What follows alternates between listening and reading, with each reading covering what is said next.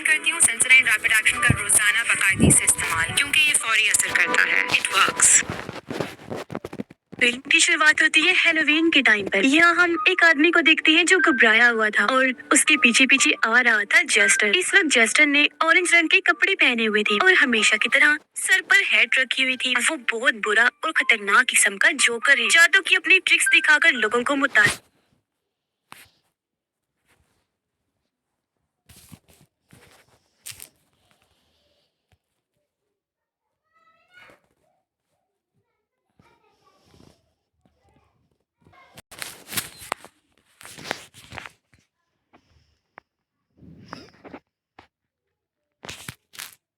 और हैरान भी करता है, डराता भी है और सबसे खतरनाक काम उन्हें ट्रिक्स ही बेरहमी से लोगों को मार भी देता है। गुस्सा तो इसे वैसे ही बहुत आता है, लेकिन सबसे ज्यादा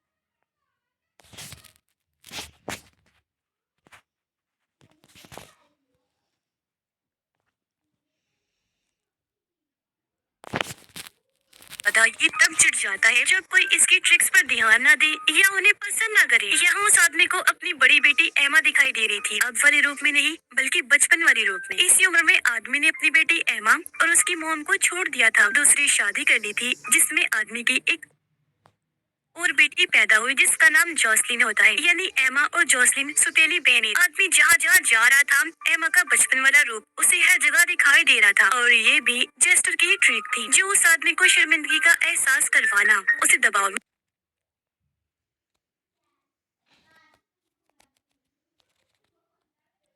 लेना चाहता था। या ऐसा हुआ भी। आदमी ने शर्मिंदगी में अपनी बेटी एमा को कॉल करके सॉरी कहा कि बेटा मुझे माफ कर दो, पर एमा ने ये कहकर फोन बंद कर दिया कि मेरा आपसे कोई ताल्लुक नहीं, आइंदा मुझे कॉल मत कीजिएगा, क्योंकि सॉरी से जख्म नहीं बढ़ते। उसे बहुत ज्यादा गुस्सा हो गया और अब फोन बंद होने की वजह से आदमी को बहुत दुख हुआ, जिस वजह से जेस्टर उसके पास आ जाता है। वो आदमी यानी एमा के डैड जेस्टर को कहते हैं, देखो मैंने कोशिश की लेकिन वो मुझसे बात नहीं करना चाहती, जिसका मतलब कि आदमी ये सब जेस्टर के दबाव में ही कर रहा था और अब वो इसमें कामयाब नहीं रहा। इसलिए जेस्टर यहाँ अपनी जादूगरी पर उतर आता है। अपनी पागलों वाली हरकतें करके वो एमा के डैड के गले में फांसी का फंदा ले आया। उसने जैसे ही अपनी टाई को टाइट किया, उसके डैड के गले में रस्सी टाइट हो गई। उसने फिर टाई को खींचा, जिससे रस्सी भी खींची और एमा के डैड हवा में लटक गई। उनकी मौत हो गई और ऐसा होते ही जेस्टर उन्हें नीचे पानी में गिरा देता है। अगले दिन एमा के डैड का फ्यूनरल रखा गया। यहाँ खुद एमा भी आई थी, उसकी छोटी बहन जोसलिन और उसके दोस्त भी थे। एमा यहाँ जोसलिन से कोई बात नहीं करती क्योंकि वो उसे पसंद नहीं करती थी। एमा तो बल्कि अपने डैड की मौत पर खुश थी। वो अपनी मॉम को कॉल करके इस बारे में बताती है, कहने लगे कि अच्छा ही हुआ वो इसी लायक थे,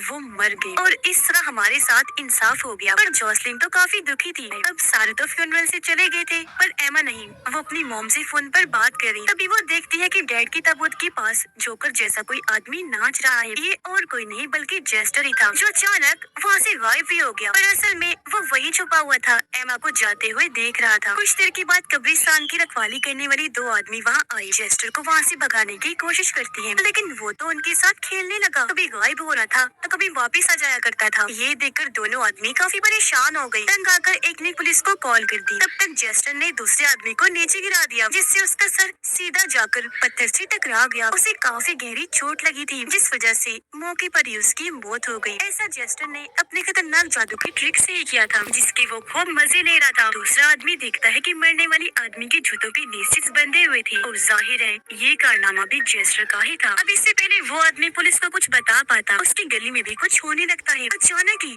उसे खून की उल्टियाँ होने लगी, क्योंकि उसकी गली से कुछ बाहर आ रहा था। जब वो चीज निकली तो पता चला कि वो एक साबुत सेब था। अब जाहिर है ये भी जेस्टर की ट्रिक थी। वो जोर से सेब को बाहर निकालता है और इस तरह उसका भी काम तमाम हो गया। अब ये चीज बहुत अजीब थी, लेकिन फिर भी जेस्टर बोर होता है और अपनी अगली खतरनाक ट्रिक्स करने के लिए वहाँ से निकल जाता है। रात के वक्त एमा जोसलिन से मिलने एक बार में गई। उनकी बातचीत अभी तक काफी अच्छे से चल रही थी, लेकिन जैसे जोसलिन उनके डैड का जिक्र करती है, एमा को गुस्सा आ गया। वो जोसलिन को भी काफी बातें सुनाती है और वहाँ से जाने लगी। क्योंकि दुखी होकर अब बेचारी जोसलिन भी यहाँ से जाने लगी थी। उसे एक आदमी रोककर कहता है कि तुम्हारे डैड कोई अच्छे इंसान नहीं थे, मैंने उनके साथ 15 साल काम किया है। मुझे पता चला था कि उनके बहुत सारे राज हैं। बहुत सारे उनके डीमंस शैतान थे। उन्हीं में से उनका एक डीमन जेस्टर भी था जो उनसे उल्टे सीधे काम करवाया करता था। उधर एमा जब जा रही थी तो जेस्टर उसे रोक लेता है। वो उसके सामने ढेर सारे कार्ड्स लाकर एक चुनने को कहता है, पर ये चीज एमा को पसंद नहीं थी। तो जान छुड़वाने के लिए एमा सामने वाले स्टोर में चली जाती है।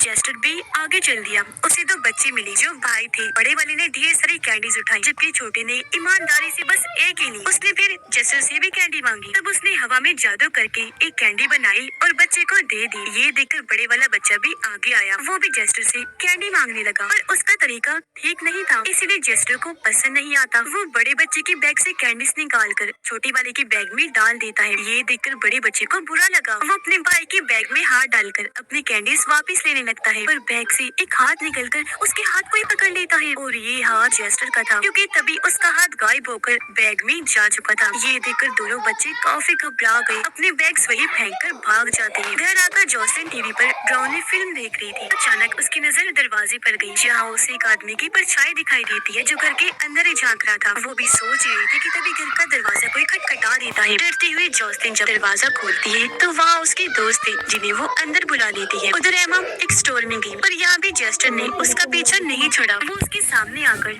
उल्टी सीधी हरकतें करने लगा। पहले पहले वो बस मजाक में ही सब कर रहा था, लेकिन थोड़ी ही देर बाद सीरियस हो गया। वो जब करीब आया तो एमा पहचान लेती है कि तो वही पागल जोकर है जो मेरे डैड की ताबूत के सामने डांस कर रहा था। उसे गुस्सा आ गया। वो जेस्टर को धक्का मारती है, लेकिन उसके हाथ से बोतल गिरकर टूट जाती है। तब उसके कांच का टुकड़ा जेस्टर ने फौरन उठा लिया। अब एमा को लगा कि ये मुझे मारेगा, लेकिन वो अपना ही गला काट लेता है। उसका तेजी से खून निकलकर एमा के ऊपर गिरने लगता है। अब बेजान होकर जेस्टर नीचे गिर जाता है। फिर अचानक ही वो दोबारा उठ खड़ा हुआ, वो भी बहुत स्टाइल से। अब जाहिर है ये भी उसकी ट्रिक थी जो एमा को दिखाकर वो मुतासिर करना चाहता था, लेकिन इससे कोई मुतासिर क्या ही होता। वो डर की वजह से वहाँ से भाग जाती है। दोबारा से उसे स्टोर में आ गई। उसके चेहरे पर खून लगा हुआ था, तो उसकी हालत देखकर स्टोर का मालिक पुलिस को यहाँ बुला देता है। कुछ देर में यहाँ दो पुलिस ऑफिसर्स आ गए। एमा से पूछताछ करने लगते हैं। हालांकि एमा ने जेस्टर के बारे में उन्हें सब कुछ बता दिया, लेकिन जाहिर है उसकी बातों पर यकीन कर पाना मुश्किल था। पुलिस को ये लगता है जैसे यहाँ कोई मजाक चल रहा था। उनके जहन में भी कई सारे सवाल उठने लगते हैं, जिनका जवाब बनकर जेस्टर खुद ही स्टोर के अंदर आ जाता है। वो उनके सामने एक हथकड़ी निकालकर अपने दोनों हाथों पर लगा लेता है, लेकिन अगले ही पल वो हथकड़ी उसके हाथों से गायब होकर दोनों ऑफिसर्स के हाथों में लग जाती है। अब इससे पहले वो कुछ समझ पाती, जेस्टर ने अपनी हेड से एक ऑफिसर्स का सर ढक दिया और अब जैसे हेड हटाई गई, हेड ऑफिसर का सर ही वहाँ से गायब हो जाता है। तो बगैर सर के वो तड़पने लगता है। ये देखकर दुकान के मालिक की तो हालत ही खराब हो गई। जल्दी से वो यहाँ से भाग जाता है। दूसरा ऑफिसर अपनी हथकड़ी खोलकर जेस्टर पर गन तान देता है, जबकि जेस्टर तो ऑफिसर के बिना सर वाले जिस्म के साथ डांस कर रहा था। ऐसा करने में उसे बहुत मजा आ रहा था। ऑफिसर गोली चला देता है। वो जेस्टर को लगने की बजाय उस ऑफिसर को ही लग जाती है, तो उसका तो काम तमाम हो गया। और अब जब उसने जेस्टर को गोली मारी तो वो गोली को ही पकड़ लेता है। अब ये देखकर एमा की हालत भी खराब हो गई। वो भी जल्दी से वहाँ से भाग जाती है। तब बचे हुए ऑफिसर को मारकर जेस्टर भी वहाँ से निकल जाता है। उधर जोसलिन को ऐसा लग रहा था जैसे डैड अभी भी मेरे साथ है। वो उनके कमरे में जाकर डैड की तस्वीर देख ही रही थी कि तभी वो तस्वीर से निकलकर उसके पीछे आ जाते हैं। ये देखकर जोसलिन कांप उठी। वो नीचे आकर अपने दोस्तों को कहती है, चलो फेस्टिवल में चलते। सब दोस्त फेस्टिवल में तो आ गए, पर यहाँ भी जोसलिन को वही अजीब चीजें ही दिख रही थी। तो तंग आकर अब वो एक जगह पर ही बैठ गई, जहाँ उसे अपनी डैड फिर से दिखाई देने लगती है, पर इस बार वो उनके पीछे पीछे ही चली जाती है। तब उसकी सीट पर जेस्टर आकर बैठ जाता है, जो जोसलिन की दोस्त के साथ ट्रिक करने लगा। जैसे जेस्टर ने एक कप उठाया, उसके नीचे ताजे निकले हुए दांत होते हैं, जो और किसी के नहीं बल्कि सामने बैठे जोसलिन की दोस्त के थे, जिसके मुंह से खून आने लगता है। फिर जब उसने दूसरा कप उठाया तो उसके नीचे कुछ नहीं होता, लेकिन जब उसने कप पर हाथ मारकर उसे झटकाया तो उसके अंदर से लड़के की तो आंखें निकली, और अब लड़के की आंखों के जाते ही वो दर्द से चिल्लाने लगा, और अब वो इसी हालत में चारों तरफ भागने लगा। तब उसकी हालत देखकर लोग डरते हुए भागने लगे। कुछ नजर न आने पर लड़का सीधा अपनी दोस्त के ऊपर जाके गिरता है, इसीलिए उसके दोनों दोस्त उसे पकड़ के साइड में ले जाते हैं। उन्होंने देखा कि जोसलिन एकदम सुन खड़ी है, क्योंकि इस वक्त वो ख्याल में अपने डैड के साथ अपना बचपन देख रही। और अब जेस्टर जोसलिन की दोस्त के पास आकर उसकी टांग में अपनी छड़ी अटकाकर टांग ही तोड़ देता है। फिर जब उसने जोसलिन की तीसरी दोस्त को खामोश रहने का इशारा किया तो उसका गला घटने लगा। इसी बीच जोसलिन भी अपने ख्याल से बाहर आ गई थी। वो जेस्टर के पास आकर उसे कहती है कि प्लीज इन सबको छोड़ दो, तुम जैसा कहोगे मैं वैसा करने को तैयार हूँ। उधर एमा अभी भी भाग रही थी जहाँ तभी उसके पास मॉम की कॉल आती है, जो भी और किसी का नहीं बल्कि जेस्टर का ही कारनामा था। वो इशारों में बोल रहा था और एमा को उसकी मॉम की आवाज में वो बातें सुनाई दे रही थी। अब जेस्टर चाहता था कि एमा सब कुछ भूलकर चुपचाप यहाँ से चली जाए। अगर वो ना गई तो ये खेल ऐसे ही चलता रहेगा। लेकिन यहाँ जेस्टर ने ये बातें करते करते जॉसलिन का भी नाम ले दिया कि वो भी खतरे में है, महफूज नहीं है। अब जाहिर है वो थी तो एमा की बहन ही, इसलिए जॉसलिन को लिए बगैर ये नहीं जाए। एमा के सामने वही पुल था जहाँ इसके डैड मरे थे, पर अब भी वो वहीं खड़े हुए थे, इसीलिए वो भागकर उनके पास जाती है जहाँ डैड उसे उसकी गलती का एहसास करवाती है। उसे भी हो गया एहसास, इसीलिए रोते हुए पहली बार उन्हें डैड कहती है, यानी एमा ने आज उन्हें माफ कर दिया था। पर अब उसके डैड अपने गले का फंदा एमा के गले में डाल देते हैं, रस्सियों से खींचकर पुल से नीचे गिरा देती है, जहाँ उसे जॉसलिन के बचपन का वक्त दिखाई देने लगता है। वो एमा को बुरा भला कहकर उसे जलील कर रही, लेकिन वो समझ गई थी कि ये असली जॉसलिन नहीं है बल्कि छलावा है। मुझे फंसाने के लिए ये वह मेरे दिमाग में डाला जा रहा है, इसलिए वो इस पर खास ध्यान नहीं दी। और फिर तभी छोटी जॉसलिन अपने डैड के साथ सामने वाले शर्ट में चली जाती है जहाँ जेस्टर भी था। उसने एमा को भी इशारा किया तो वो भी अंदर चली जाती है। वो यहाँ जॉसलिन का अपने डैड के साथ खुशहाल बचपन देख रही थी जो एमा को नहीं मिला। उसकी डैड चाकू लेकर एमा के पास आई, लेकिन अपने ही सीने में चाकू घुसाने लगती है, जो देखकर एमा को बहुत बुरा लगा। वो रोने लगती है। ये देखकर उसके डैड कहते हैं कि अब क्यों रो रही हो, मेरे फेयरवेल पर तो खुश हो रही थी। ये सब दरअसल छलावा था। इस वहम की दुनिया में उसके डैड एमा को शर्मिंदगी महसूस करवाना चाहती थी ताकि वो यहाँ पूरी तरह टूट जाए। जहाँ पहले तो एमा मजबूत रही लेकिन अब टूटने लगती है। जॉसलिन भी अब बड़े बड़े रूप में आ गई थी। ये भी एमा को बातें सुनाकर खूब जलील कर रही थी। जॉसलिन अपने डैड के अंदर से चाकू निकालकर एमा को देती है, ये कहकर के जाग जाओ और ये खुद को मार लो। लेकिन यहाँ एमा खुद पर कंट्रोल कर लेती है, खुद को टूटने से बचा लेती है और जॉसलिन को बोली कि तुम असली नहीं हो, बस छलावा हो, मैं तुम्हारी चाल में नहीं आऊंगी। ये कहकर उसने जॉसलिन के पेट में ही चाकू से वार कर दिया। इसी के साथ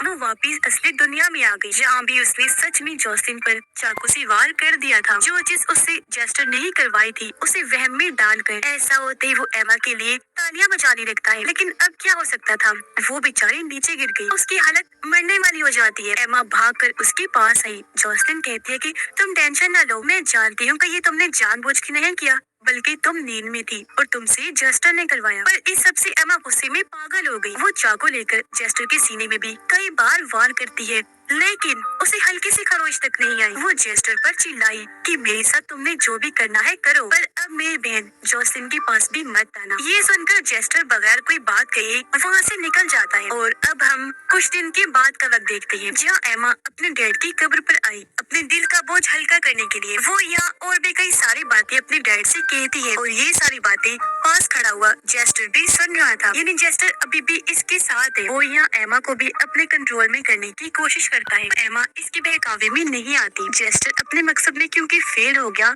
तो वहाँ से चला जाता है। यहाँ से एमा सीधा उसी बार में जाती है जहाँ जॉसलिन अपने दोस्तों के साथ उसके आने का इंतजार कर रही थी और जॉसलिन को एमा ने बचा लिया था, यानी कि अब इन दोनों बहनों का रिश्ता यहाँ पर काफी अच्छा बन गया था। पर इस सब में जॉसलिन का दोस्त ट्रिक्स ने बेचारा ऐसे ही मारा गया। यहाँ हमें पता चला कि जेस्टर दोनों बहनों खास तौर पर एमा को तोड़ना चाहता था, पर वो मजबूत रही। टूटने से उसने खुद को बचा लिया। इसे न सिर्फ उसकी जेस्टर से जान छूटी बल्कि उसने अपनी बहन को भी बचा लिया, क्योंकि जेस्टर इंसान की कमजोरियों को उसके खिलाफ इस्तेमाल करके उसे तोड़ता फिर उसे मार देता है, क्योंकि वो पागल जोकर है तो ऐसा करने में उसे मजा आता है। और इसी हैप्पी एंडिंग के साथ ही इस फिल्म की कहानी भी यहीं पर खत्म हो जाती है।